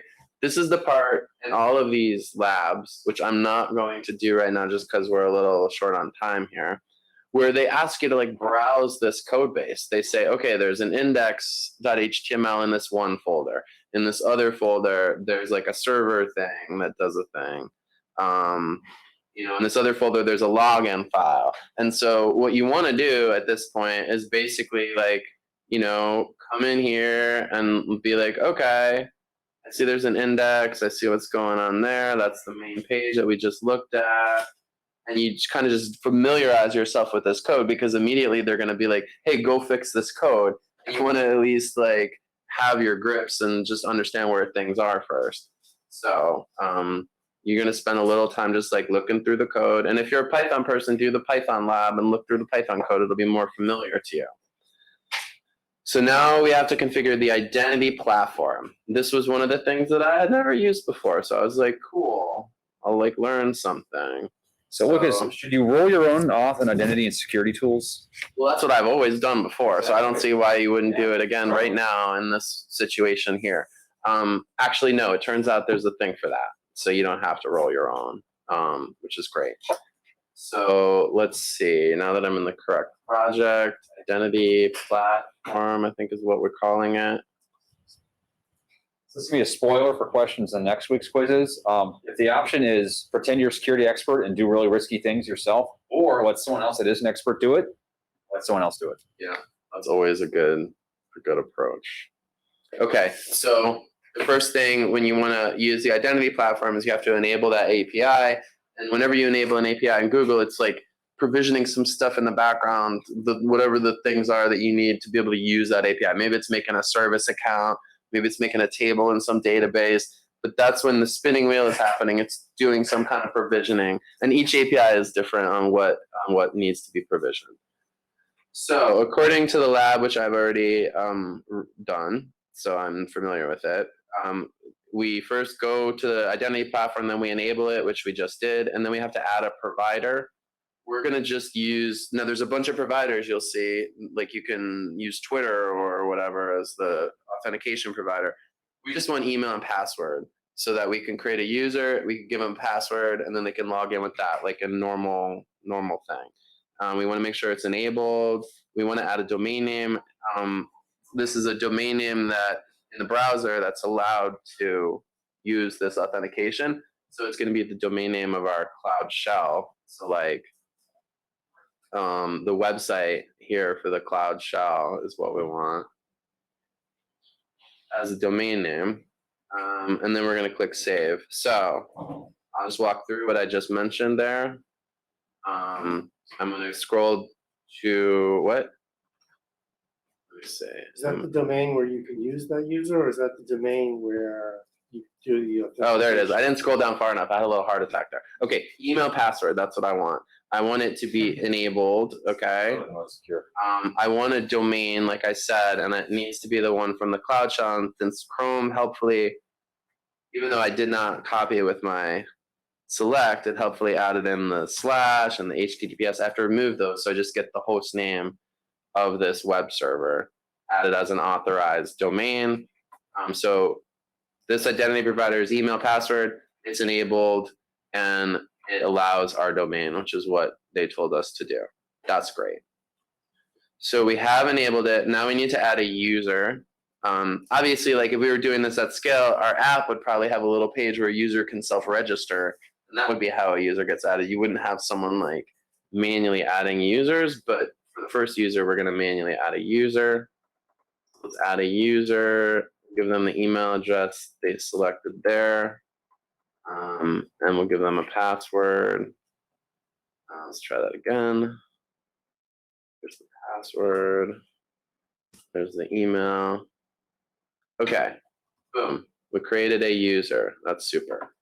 So now we need to integrate this with the web application so that there's some stuff the web application does. And that's where I was like, oh no, I can't even guess how this happens. So let me follow on what happens here. So you click on providers and you look at the application setup details. So if we go to the providers, here's the provider I created. There's this application setup details. And look, it's just like, oh, hey, click this little copy button. There's some, HTML script tags that are doing some magic that it's all set up for me. I totally trust that. Put it in our app. Yeah, that's good. I mean, it's Google giving it. What it is. It looks good. Looks good. Trust Google. So then there's somewhere, I think they told us, they were probably helpful. They were like, put this in the code in the index just before the bunch of script lines. So I luckily had the index open here. There's this little section with all these script lines. So Google's like, hey, put the code that we told you to copy right there. Okay. So I put that in. I saved my index. Now I need to run the application again. So I had it running here. I did an npm start earlier in this terminal. So I'm just going to cancel that because npm doesn't like auto reload when you make changes. And rerun the app. And now I'm going to reload this page and we'll see what happens here. Nothing much has happened differently. Let's say I want to take the test. Oh, what happened there? The top of the screen. There's this username and password. That definitely was not there before. When I clicked take test, it didn't really do much, but now we got username and password. So let's log in as lucas@example.com. Let me in as my password for everything. And login failed. That did not work. Well, I didn't provide a valid account. So let's just see. Is it possible that it's just working? So what was the password there? ABC thing. Okay, boom. I was just able to log in with that password and I was denied access earlier. So that took like just a couple of minutes to drop a little HTML in my app, and then now there's login. So that's really sweet. And I was impressed at how easy that was. I thought there was going to be like a lot more steps when I started doing this. So we tried logging in with a user that doesn't exist. We got a failed thing. Then we tried logging in with the real user and it did work. That's great.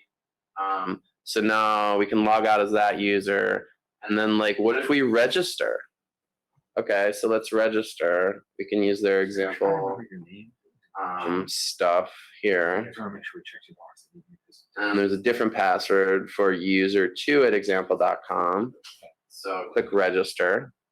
Okay, so that did something. And now let's find out like what it did. If we click on users here, there's user2@example.com. So that first user, you saw that I made it by going into the console, but then the second user was created through the registration process in the web app. And the only thing I had to do was just drop in that little bit of text, which is pretty sweet.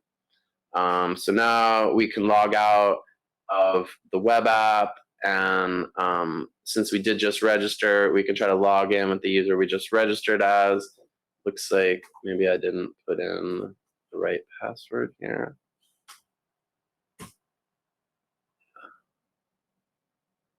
What did I mess up here? Something. Sorry, I didn't get your name. I just want to make sure we had you. I'm not sure. I made some typo in the password, I think. I created it. Use that password. Never tried this before. Oh, look at that. It's going to send an email to the user. That's pretty cool. Oh, yeah. Example.com must get so much spam. I know, man. Do you imagine being the mail administrator for that domain? Okay. So I think I made a typo in the password, which is why I couldn't log in there, but basically it works. And basically we did just finish the lab. Amazing. So now you've seen like one of the labs. 1 minute to spare. Look at this talent. Yeah. So you've seen there's going to be a lot of familiarities as you go through these labs. For one thing, the first 4 steps of like logging in and cloning the repo, it's exactly the same repo every single time. And then they're like, run npm start or run Python web server or whatever. And then they're like, go to the browser and load the quiz. And every single time, this is what you see because it's the quiz every single time. But one of the examples is like, you're going to create a new question and store it in the database. And in one of the labs, you're using Spanner as your database. I'd never used Spanner before because it's kind of like expensive and a big thing. But in the lab, I got to use Spanner for the first time. Then there was another one where you use Firestore as your database. Then when you take the test, and if you're logged in, let me try the other user. I did log in successfully earlier. Great. And so there's some really challenging questions there. Joe, we could use this instead of Kahoot if you want. Which company runs GCP? Okay, Google. Which GCP product is a NoSQL product? Oh, this is stuff we talked about today. All right. Any guesses here? Compute engine? Data store, correct, David. Which GCP product is an object store? I don't think we even mentioned object store today. It's an object store. You just put stuff. There's no schema. Like it could be an MP3 or a video It's a file. good use of object store. Game over. You scored 3 out of 3. So as I mentioned earlier, this little thing has something where you can send feedback. And right now, if I send feedback, it doesn't do anything. For example.com. No, it doesn't have any place to submit. And if I put in text here and submit, it doesn't do anything. But there's one of the labs where you don't do anything with login, you don't do anything with the quiz, but you do make it so that when people submit the response, it goes into the database. And then you go submit the response, it works, you go look in the database, you see your record in there. You're like, sweet. Then they add an enhancement to it where it like first goes to the sentiment analysis, then it stores in the database what the person said, and it also stores like what Google said the sentiment analysis was. So now you have both of them in there. And it just starts bringing the different pieces together. What's great about this quiz app is because you're not having to learn their example app each time. Like you're comfortable with that. Now you're like, oh, so today we're adding authentication to the example app. Great. So I really like this. I think if I do a series of demos myself, I'm going to try and come up with a single code base that you can use to be like, now let's add cloud build. Now let's add this or whatever. So then because I don't want to use all 2 hours, I'm going to end the lab. And then, in a few moments, this window with all these resources will get logged out. You raised a great point here a second ago, saying running Spanner or other things that are expensive to use. If you're not in this course, 3 months from now and you want to go do this, you've got to put your credit card into Google Cloud and spin up real instances. Really take advantage of this stuff, because the reason that some of these like courses are like 8 credits or 10 credits is because in that hour you're actually using like $10 worth of assets. And if you want to do all these labs by yourself, it would cost you like a couple $100 alone to compute. I will make a pitch.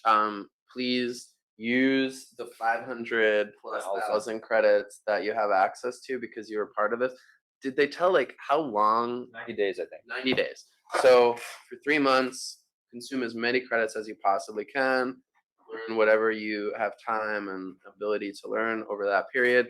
If like you get hooked on this stuff and you just want to keep doing quick labs and you're all sad that you don't have access to the 500,000 credits anymore, then like please consider buying a subscription to the quick lab service. It's a thing where you pay $300 for the subscription.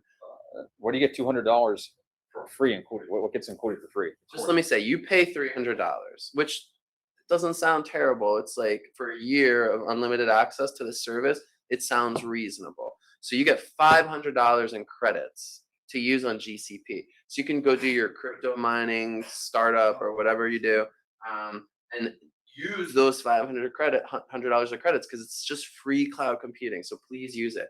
At that point now, you've spent $300. You've had a year of completely unlimited access to quick labs. Also, you have an actual $500 in cloud credits. So that's win-win right there. That's not the end of it. I get no cut on this, let me just say. Then if you go, because you used all those cloud credits and you learned so much stuff, now you want to go get certified, Google will pay a voucher for your certification so that the $200 that you were going to have to spend to get certified, you don't spend. So now you put $300 out of pocket, you have $500 in credits, and you have the free thing to get the cert. If you go get the cert and successfully use it and go earn the cert, then you get another $500 of credits. So if anyone was thinking, you know what, maybe I'll spend a few months and I'll pay $30 a month to just try out Quick Labs and see if I like it. Like if you like it, you know, you absolutely can game the system so you get way more than your money's worth on that thing. What's here in Switzerland? Yeah. But you know, if you have that awesome cloud project that you wanted to do where you were going to analyze all the images and, you know, make some app or something, but it's like, how am I going to pay for all the storage? Those $500 in cloud credits can help you get that project off the ground. And then, like I said, there's not only the fact that you're going to get the certificate, which we decided they last for 3 years now, the professional ones. Yeah. So you'll have the certificate for 3 years that you can go use to get your next job or whatever. But also you have like the credits, you know, to draw off from there. And then not only are you celebrating that you got the certificate, but then Google's now sending you the second set of $500 worth of credits. So it's a great deal. This is one of the things that just came out at Google Cloud Next. And when I saw it, I was like, what's the trick? Like, how is this good for Google? And it's good for Google because they do actually want people to get certified. They're not trying to trick you into paying the $300 and you never use the credits and you never get the thing. They actually want you to get It's on a Cloud Skills Boost Innovators Plus, right? Exactly. You get all the labs for a year, as you said, $500 in credits. If you pass, you get another $500 in credits, and then you get the free exam included, right? So we're talking like, I don't know, call this like $1,700 value for the most part. Now, right now, if you get through everything in the next 90 days and you go take your test, $200, okay? That's what it's going to set you back. But as Lucas said, you want to take a whole year, you want to do another cert, check this out. It's a killer deal. Yeah.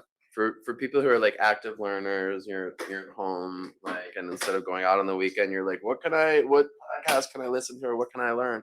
This would be a great option.